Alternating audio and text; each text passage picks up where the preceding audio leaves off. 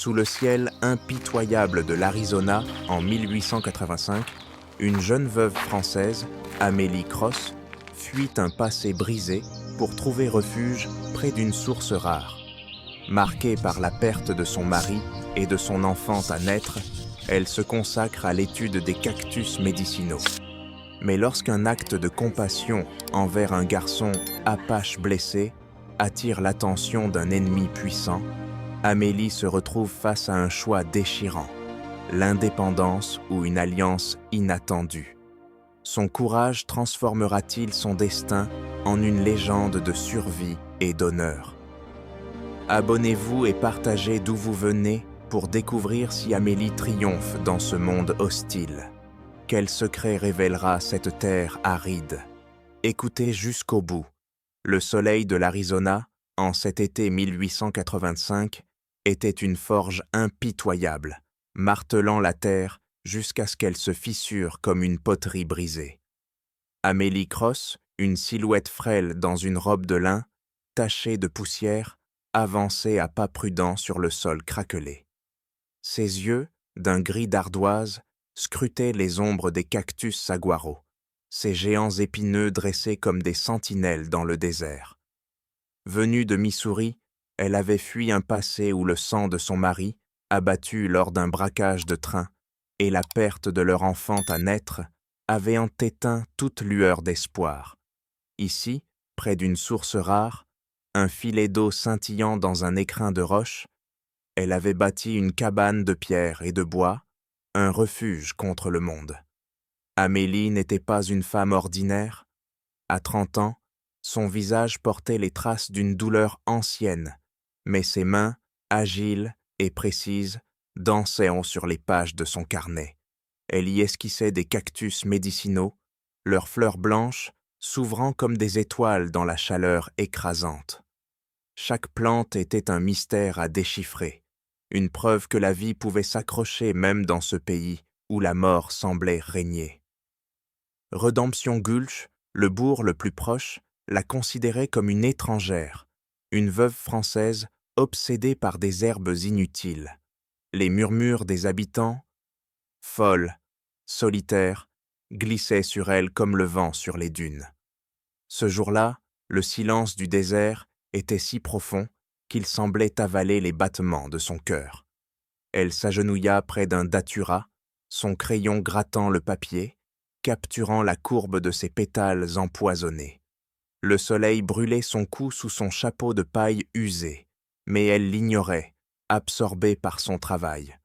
Puis, un son perça l'air, un gémissement, faible, presque animal, mais indéniablement humain. Amélie se figea, la pointe de son crayon suspendue. Dans ce territoire, un bruit hors de l'ordinaire pouvait signifier un serpent à sonnette, un puma, ou pire, un homme. Les prospecteurs disparaissaient dans ces canyons, et les tensions entre colons et apaches embrasaient de la région comme une traînée de poudre. Son instinct lui criait de fuir. Une femme seule était une proie facile, et son bâton de marche, son unique défense, semblait dérisoire. Pourtant, le gémissement revint, plus faible, un appel qui tira sur une corde enfouie, en elle, là où la douleur de son enfant perdu palpitait encore.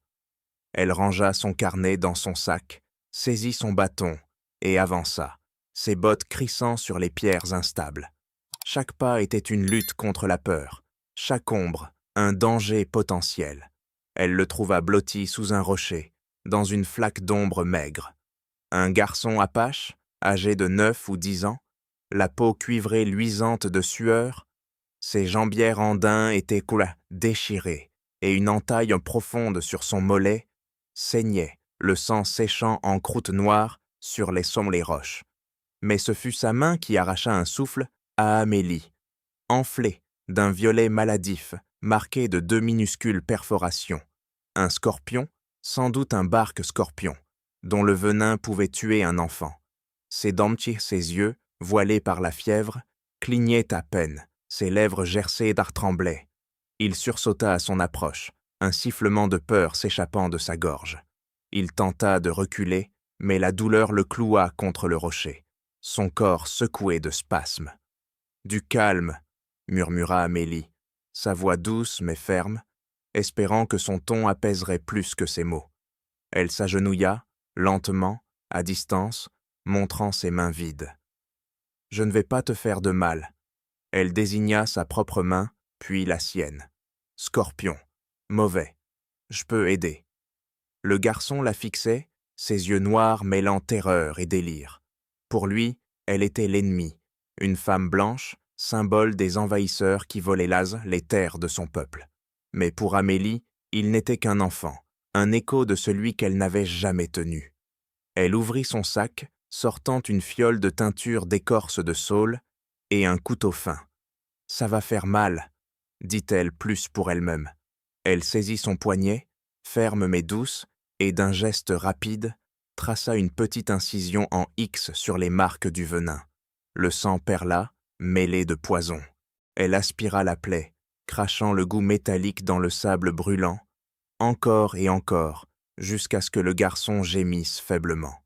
Elle écrasa des feuilles de plantain séchées, les mélangea à l'eau de sa gourde pour former une pâte verte, qu'elle appliqua sur la piqûre pour extraire le reste du venin. Puis, elle nettoya l'entaille sur sa jambe avec du savon carbolique, bandant la plaie avec un morceau de son jupon déchiré. Tout en travaillant, elle parlait doucement, décrivant les plantes qu'elle étudiait, leur force dans ce désert impitoyable. Il ne comprenait pas, mais ses tremblements s'apaisaient, sa respiration devenait plus régulière. Quelques gouttes de teinture et d'eau passèrent même ses lèvres craquelées. Le soleil déclinait, peignant le ciel d'un rouge sanglant. Laisser le garçon ici, c'était le condamner au coyote ou au froid. L'emmener chez elle était une folie. Que penseraient-on les Apaches, les colons? Mais en le regardant, inconscient, si vulnérable, elle sut qu'elle n'avait pas le choix. Avec un grognement d'effort, elle le hissa sur son dos. Son poids, léger mais dense, pesant sur ses épaules. Chaque pas vers sa cabane était un défi, les épines accrochant sa jupe, les pierres roulant sous ses bottes. Le désert, indifférent, semblait observer, et Amélie, portant cet enfant, portait aussi une décision qui allait la bouleverser sa vie. Sous les étoiles froides du désert, Amélie avançait, le garçon apache pesant sur ses épaules comme une promesse qu'elle ne pouvait trahir. La nuit enveloppait sa cabane d'un voile d'encre, et le murmure de la source, si proche, semblait un chant fragile dans ce monde brutal. À l'intérieur, elle déposa l'enfant sur son lit étroit, son corps frêle perdu dans les plis d'une couverture de laine. Pendant 3 jours, le monde extérieur cessa d'exister. Amélie devint une ombre dans sa propre maison, veillant sur le garçon avec une précision de chirurgien et une tendresse qu'elle croyait éteinte. Elle rafraîchissait son front brûlant avec des linges humides, glissait des gouttes d'eau entre ses lèvres gercées et changeait les cataplasmes sur ses blessures. Dans son délire, il murmurait des mots dans une langue fluide, des syllabes comme des ruisseaux courant sur des galets. Chaque « père » qu'il gémissait était un coup de poignard dans le cœur d'Amélie, ravivant l'image d'un berceau vide. La cabane, avec ses murs de pierre et ses volets épais, devint une forteresse précaire. À travers les fentes des fenêtres, elle guettait les ombres, consciente que son acte de compassion pouvait attirer la foudre. Les Apaches ne pourraient pas ni la prendre pour une ravisseuse, les colons pour une traîtresse. Pourtant, elle continuait, ses mains travaillant avec une efficacité mécanique, nettoyant la plaie du mollet, surveillant la main du garçon où le gonflement diminuait lentement. La 3e nuit, la fièvre céda. Il ouvrit les yeux, clairs et vifs, et son regard trouva Amélie. Il se redressa, méfiant, scrutant les étagères de livres, les bocaux d'herbes alignés, la lumière pâle filtrant par les volets. « Tu es en sécurité », dit-elle doucement, levant les mains en signe de paix. Elle désigna sa main bandée, puis sa jambe. « Mieux, maintenant. » Il ne répondit pas, mais dévora le gruau de maïs qu'elle lui offrit, ses yeux ne quittant jamais les siens, comme s'il pesait son âme. Le danger frappa sans prévenir, porté par le vent comme une rumeur empoisonnée. À l'aube du 4e jour, Amélie sortit puiser de l'eau à la source. L'air était étrangement immobile, les oiseaux silencieux, comme si le désert retenait son souffle. Puis, elle le vit. Son jardin médicinal, ce patchwork de plantes rares qu'elle avait cultivé avec soin, n'était plus qu'un champ de cendres. Les sartsétines de ces précieux cactus gisaient, noircis, leurs racines arrachées par une main cruelle. Au centre, une flèche grossière, ornée de plumes grises de colombe, était plantée dans le sol.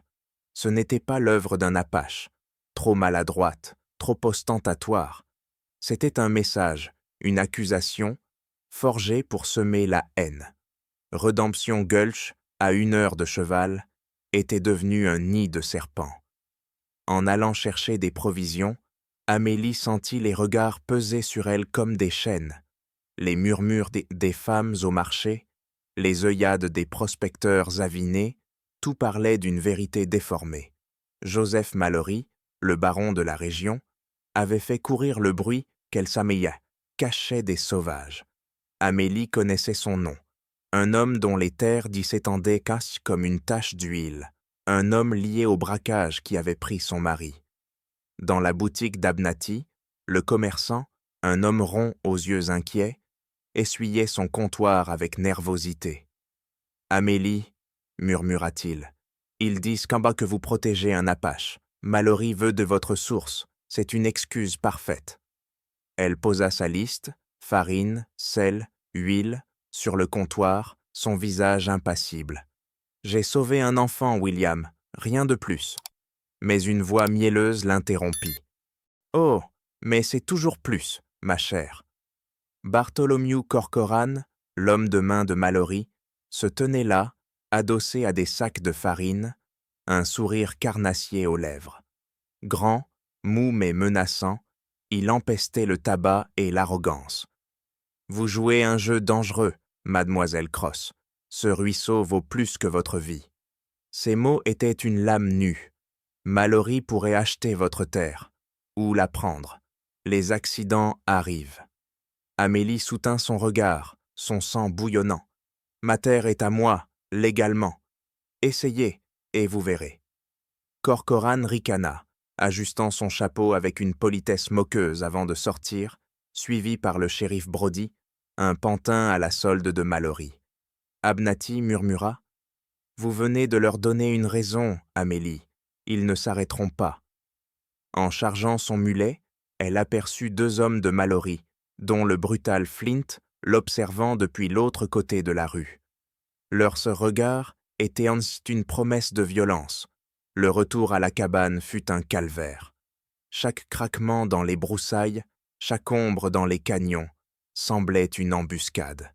Sa source, son refuge, était maintenant une cible. Cette nuit-là, elle ne dormit pas, son fusil posé sur les genoux, les yeux fixés sur les volets. Le désert, autrefois son sanctuaire, était devenu une arène. Mallory ne voulait pas seulement sa terre, il voulait briser sa volonté, la chasser comme un coyote affamé. Mais Amélie Cross n'était pas une proie. Dans l'obscurité, une colère froide s'enracinait en elle, aussi tenace que les cactus qu'elle l'étudiait. Elle ne savait pas encore comment, mais elle ferait payer à Mallory le prix de son audace. La colère d'Amélie brûlait comme un feu de broussailles, contenue mais prête à s'embraser. Assise dans l'obscurité de sa cabane, le fusil sur ses genoux, elle fixait les ombres dansantes des volets, le désert transformé en une arène où sa survie était en jeu. L'aube apporta un répit trompeur, le ciel saignant d'un rouge profond, comme si la terre pleurait la violence à venir. Amélie s'agenouilla près de sa source, son cœur serré, en découvrant l'eau trouble, souillée par l'odeur fétide d'une carcasse de coyote. Joseph Mallory avait frappé à nouveau, empoisonnant la vie même de son refuge. Chaque goutte corrompue était une insulte, un défi à son existence. Alors qu'elle contemplait l'eau souillée, un frisson parcourut l'air. Les oiseaux se turent, et une présence silencieuse s'imposa. Chayton, le chef Apache, se tenait au bord de la clairière, ses guerriers fondus dans les ombres des rochers. Grand, ses épaules larges comme une montagne, il portait une tunique en daim et un bandeau de cuir retenant ses cheveux noirs. Ses yeux, profonds et insondables, semblaient lire l'histoire de la terre elle-même. Il s'avança, seul, son regard passant de l'eau empoisonnée à Amélie, debout, les poings serrés, son seau abandonné dans la poussière. Il parla, sa voix un grondement bas, en un anglais hésitant appris des marchands ou des captifs. « L'homme du bétail, dit-il, désignant la source. Il tue l'eau, il veut ta terre. » Amélie hocha la tête, la gorge nouée. « Je sais ce qu'il veut. » Chayton inclina la tête, étudiant son visage marqué par la fatigue et la défiance. « Mon fils vit grâce à toi, c'est une dette. » Il marqua une pause, comme s'il pesait chaque mot. « Tu es seul. Lui, il envoie des hommes. Ils brûleront cette maison. Ils te tueront. » Amélie sentit un frisson glacé. « Je peux me défendre. » Les mots sonnaient creux, même à ses oreilles. Chayton secoua la tête, un geste sec. Pas contre lui, pas seul. Puis, il prononça l'impensable. « Je suis Chayton, chef des gens du Rocher Rouge. Je t'offre ma protection. Deviens ma femme. Mes guerriers protégeront cette terre. Un ennemi de toi est un ennemi de mon peuple. » Le monde sembla vaciller. Amélie, figée, crut d'abord à une erreur. Une épouse, elle, une veuve française, dans un monde où les conventions la condamneraient comme une paria. « Pourquoi ?» demanda-t-elle, la voix rauque. Chayton la regarda, ses yeux comme des braises dans l'aube. « Tu as vu un enfant, pas un ennemi. Tu as combattu pour sa vie quand il était plus facile de le laisser mourir. C'est une force rare. » Ce n'était pas une proposition d'amour, mais un traité, une alliance forgée dans l'honneur et la nécessité. Amélie sentit son esprit s'emballer, pesant l'abîme entre sa liberté et la survie. Refuser, c'était affronter Mallory seul, une mort certaine dans la poussière. Accepter, c'était plonger dans un monde inconnu, abandonner tout ce qu'elle avait fui pour construire. Les heures qui suivirent furent un tourbillon de doutes. Elle arpenta sa cabane, le plancher craquant sous ses pas, son carnet oublié sur la table. Si cette histoire de courage face à l'adversité vous touche, prenez un instant pour vous abonner à notre chaîne et partagez d'où vous venez. Vos clics font vivre ces récits du désert. Amélie revint à la source, nettoyée par ses soins désespérés, et fixa l'eau redevenue claire. Mallory ne s'arrêterait pas. Son venin était dans chaque regard du bourg, dans chaque menace voilée. Alors, quand Chayton revint à l'aube, elle l'attendait, vêtue d'une robe propre, ses cheveux tressés, sans armes. « J'accepte, » dit-elle, la voix ferme, « mais à mes conditions. Je serai ta femme, mais une alliée, pas une servante. Cette terre reste mienne, mon travail continue. » Chayton la dévisagea, un éclat de respect dans ses yeux. « Une guerrière, » dit-il simplement. « Tes conditions sont acceptées. » La cérémonie eut lieu au crépuscule, près de la source, sous les peupliers centenaires. Une vieille femme, Tayani, haut qu'on ride comme des canyons, guida le rituel.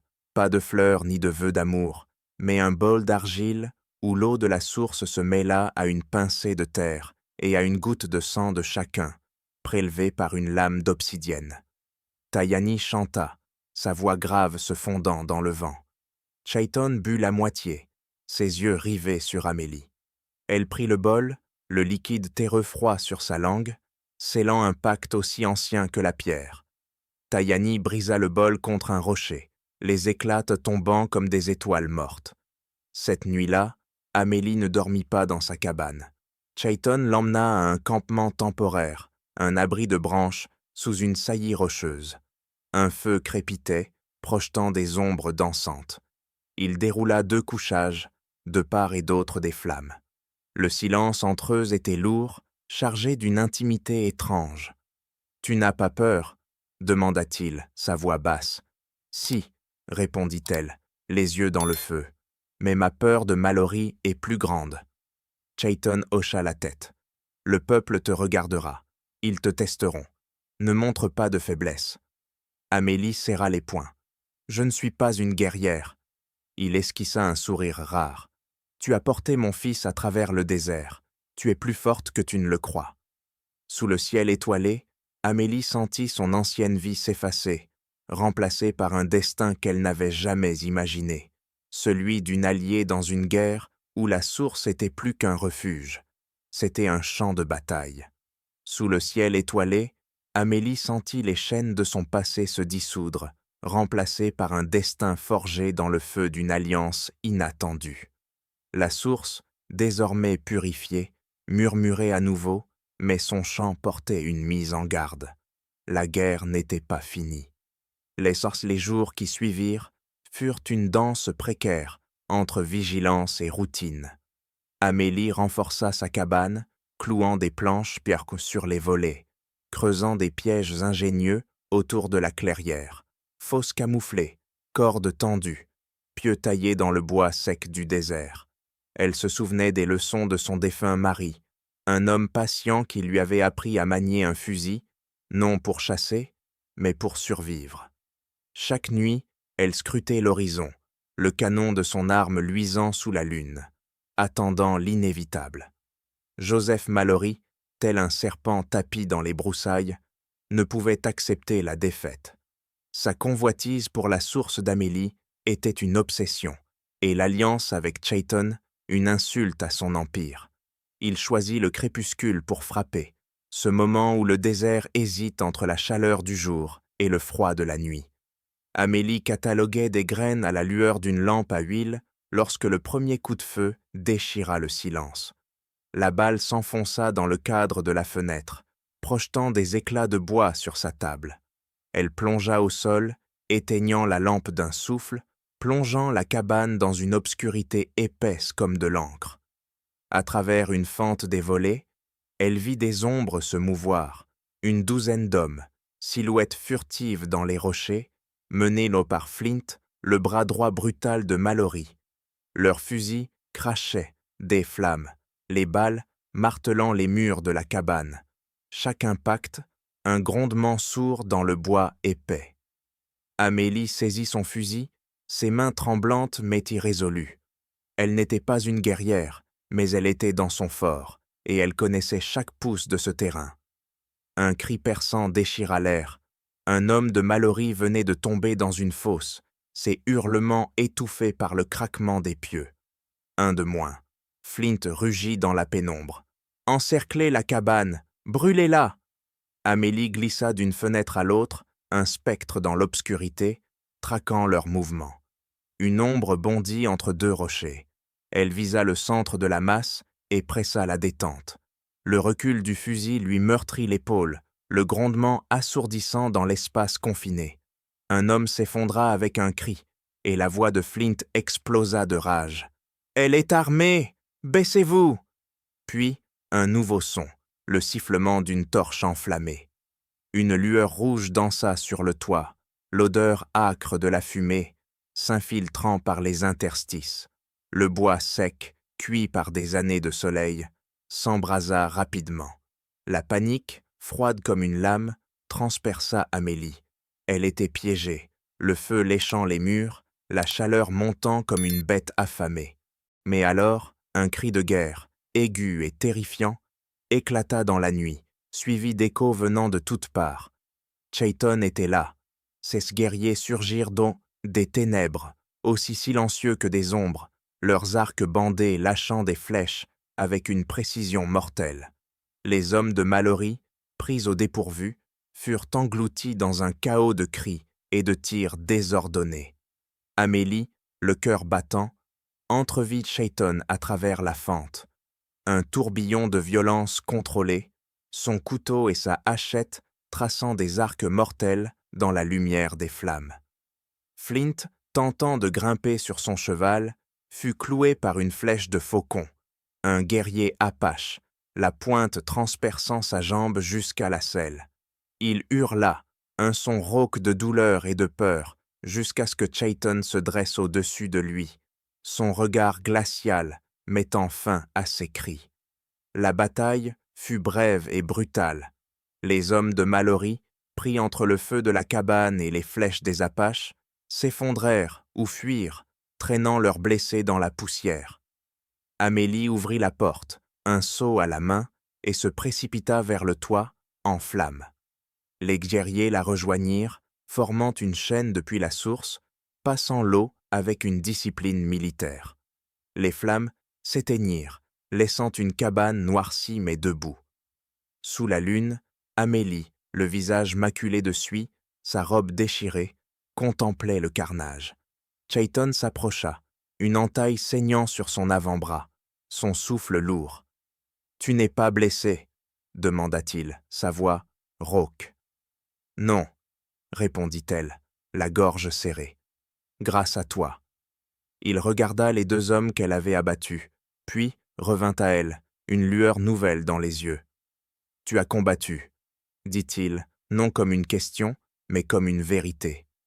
Amélie redressa les épaules, retrouvant une étincelle de défi. « Tu m'as dit de ne pas montrer de faiblesse. » Chayton hocha la tête, un respect silencieux passant entre eux. Il ramassa une flèche Apache plantée dans le sol, la brisa d'un geste sec et murmura « Mallory paiera. Il a versé le sang sur la terre de ma femme. » La clairière, jonchée de corps et de cendres, n'était plus seulement le refuge d'Amélie.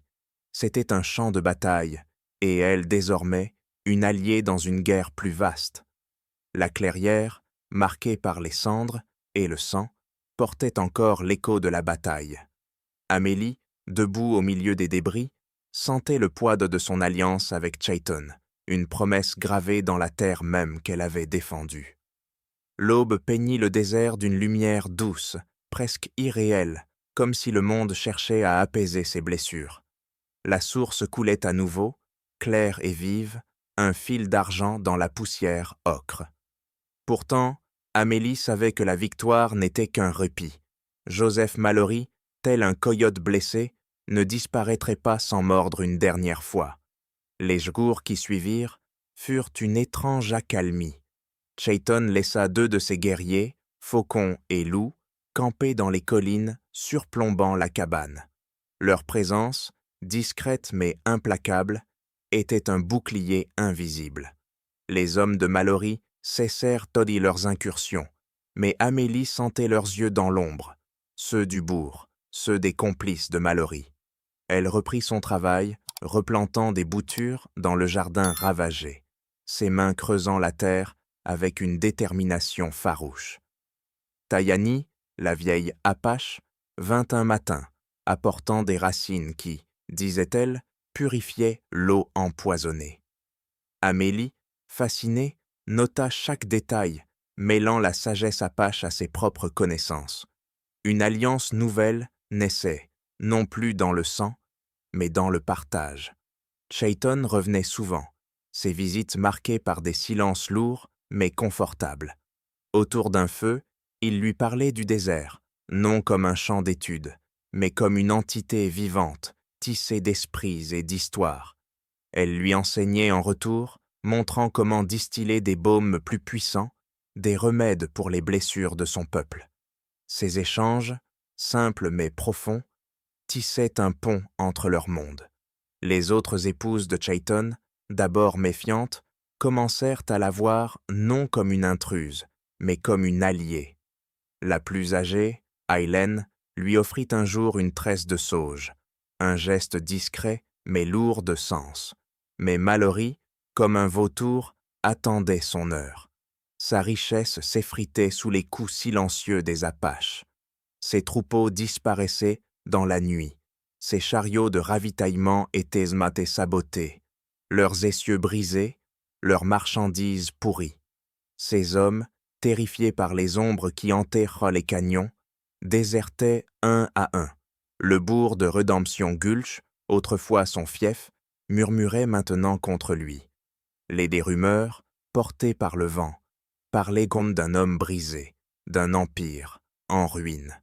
Pourtant, Amélie restait sur ses gardes, son fusil jamais loin, ses pièges toujours tendus. Un soir, alors que le ciel s'embrasait de pourpre, Chayton apparut seul sur le porche de la cabane. « Il est parti », dit-il, sa voix basse comme le grondement d'un orage lointain. Mallory a vendu ses terres pour une misère et a fui vers l'est. Amélie sentit un poids s'alléger, mais une étrange tension persista. La source scintillait sous les dernières lueurs du jour, et le garçon apache, désormais guéri, courait dans la clairière, riant avec une liberté qui serra le cœur d'Amélie. Chayton la regarda, ses yeux scrutant son visage comme s'il lisait une carte. « Notre pacte est accompli. Tu es des libres. » Libre. Le mot résonna comme un écho dans un canyon vide. Amélie aurait dû ressentir un soulagement, une bouffée d'indépendance reconquise. Pourtant, elle se tourna vers la source, vers le garçon, vers les collines où les guerriers veillaient encore. Elle pensa aux nuits passées à apprendre les noms des étoiles apaches, au matin où Tayani lui montrait comment tisser des paniers, aux conseils stratégiques qu'elle donnait à Chayton sur les mouvements de Mallory. Cette terre, ce peuple, étaient devenus plus qu'un refuge. Ils étaient une famille. « Et maintenant ?» demanda-t-elle, sa voix à peine audible. Chayton s'approcha, son ombre longue sur le sol. « Tu peux rester, Amélie Cross, la femme des plantes, seule sur ta terre. Mon peuple t'honorera toujours. » Ou... Il s'arrêta, laissant le silence parler. « Tu peux rester ma femme, une conseillère, une part de notre futur. » Ce n'était pas une demande, mais une offre, forgée dans le respect qu'ils avaient bâti ensemble. Amélie leva les yeux vers le ciel de l'ouest, où les couleurs du couchant se mêlaient comme une promesse. Elle était venue chercher la solitude et avait trouvé une communauté. Elle avait cherché la liberté et découvert une alliance plus forte que n'importe quelle chaîne. « J'ai perdu une famille, » dit-elle enfin, un sourire fragile naissant sur ses lèvres. « Mais ici, j'en ai trouvé une autre. » Chayton ne sourit pas, mais ses traits s'adoucirent, un hochement de tête scellant leur nouveau lien. Les mois passèrent et Amélie s'intégra davantage au peuple de Chayton. Elle enseignait des remèdes, apprenait leur langue, découvrait les récits anciens qui donnaient vie au désert. Sa cabane, jadis un symbole de solitude, devint un lieu de rassemblement, où les Apaches partageaient leur savoir et elle, le sien. Sous le ciel vaste et impitoyable, Amélie Cross, la veuve française, trouva sa place, non comme une étrangère, mais comme une alliée, une guérisseuse, une femme qui avait transformé la douleur en force, le deuil en un avenir aussi résilient que les cactus qu'elle aimait. L'histoire d'Amélie Cross, tissée de courage et d'alliances inattendues, résonne comme un écho du désert, où la survie forge des liens plus forts que le sang. Quel sentiment cette saga du Far West a-t-elle éveillé en vous? Partagez vos réflexions dans les commentaires, car vos voix donnent vie à ces récits. Nous sommes profondément reconnaissants pour votre écoute et votre passion pour ces histoires de l'Ouest sauvage. Revenez bientôt pour d'autres contes, où le désert révèle ses secrets et où des héros improbables naissent sous un ciel impitoyable. À très vite pour de nouvelles aventures.